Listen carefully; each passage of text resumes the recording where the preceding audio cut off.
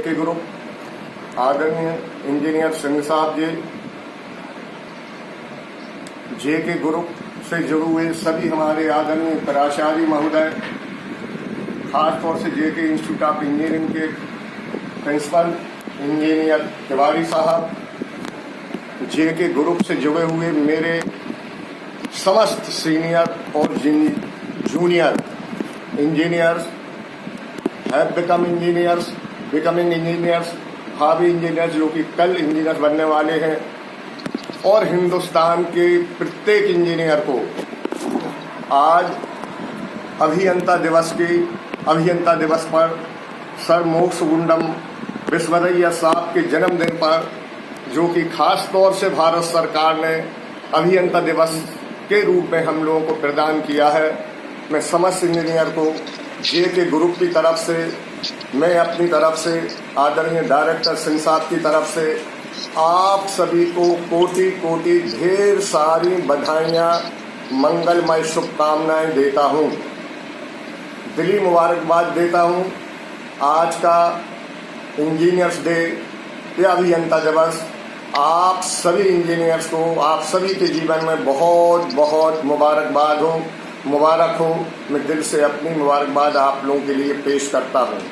खास तौर से जो इस साल हमारे प्रिय बच्चे इंजीनियर्स बनने जा रहे हैं या इंजीनियरिंग में एडमिशन ले रहे हैं, कोई डिप्लोमा 3 साल का तो कोई जी करके 4 साल का, या फार्मेसिस्ट बनने के लिए 4 साल की डिग्री के लिए एडमिशन लेने जा रहे हैं, उनको और उनके अभिभावकों को, उनके माता पिताओं को जेके ग्रुप की तरफ से स्पेशल और ख़ास तौर से ढेर सारी बधाइयाँ, ढेर सारी मुबारकबाद कि आपके परिवार का एक सदस्य, आपके खानदान का एक सदस्य, एक मेंबर आने वाले कल का भावी इंजीनियर होगा, और आपका, आपके परिवार का, आपके खानदान का, हमारे जेके ग्रुप या इंस्टीट्यूशन का और पूरे हिंदुस्तान का नाम रोशन करेगा। मेरी मंगलमय शुभकामनाएं। जो अभी एडमिशन लेने जा रहे हैं उन बच्चों और उनके बच्चों के अभिभावकों को, पूरे परिवार को आज के अभियंता दिवस पर मेरी हार्दिक शुभकामनाएं, दुआएं और बहुत बहुत आशीर्वाद बच्चों आप सभी के लिए।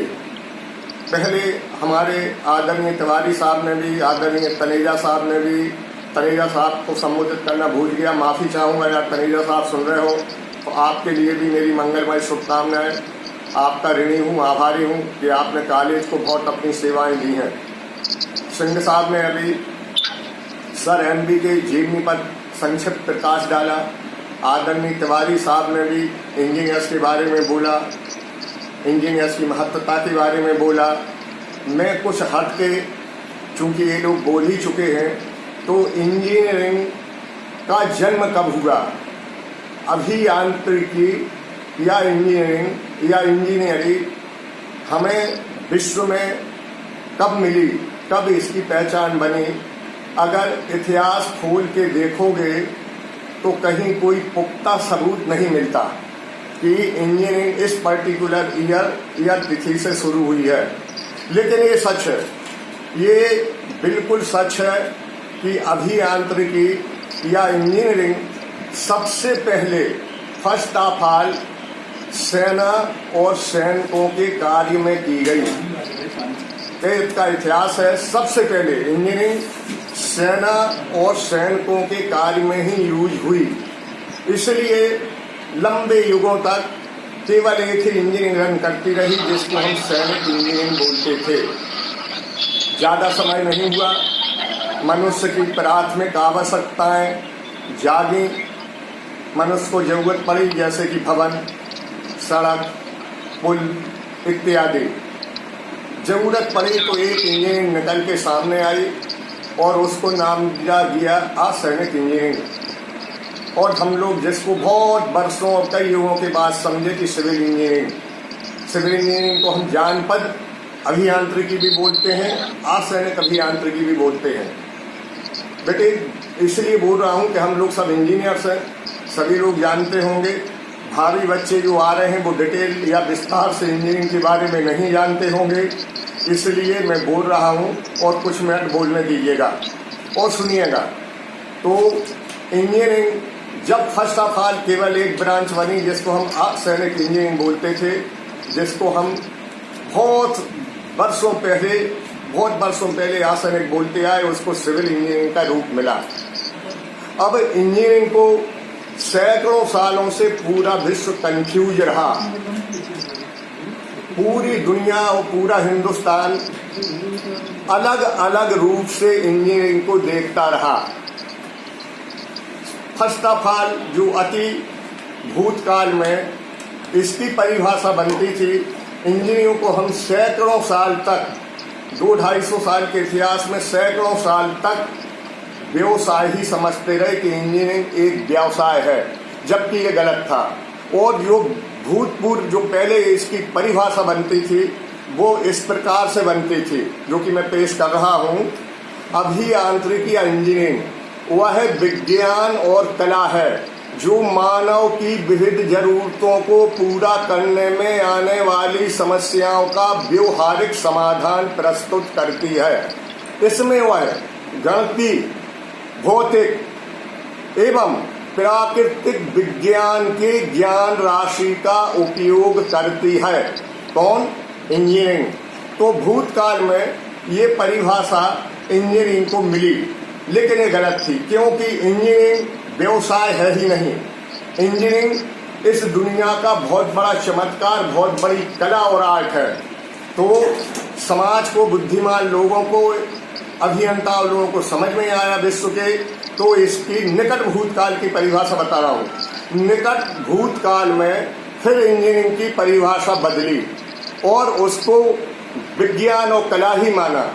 तो उसको इस टाइप से पेश किया गया, जो कि हम निकट अभी कुछ ही युगों पहले जो परिभाषा करते थे निकट भूतकाल की, वो परिभाषा हम इस प्रकार से बोल सकते हैं कि अभियांत्रिकी या इंजीनियर की सहायता से वह है जिसकी सहायता से पदार्थ के गुणों को उन संरचनाओं में जिनमें कि यंत्रों के बनाने में यांत्रिकी का उपयोग और सिद्धांत लागू होते हैं, मनुष्य उपयोगी बनाया जाता है।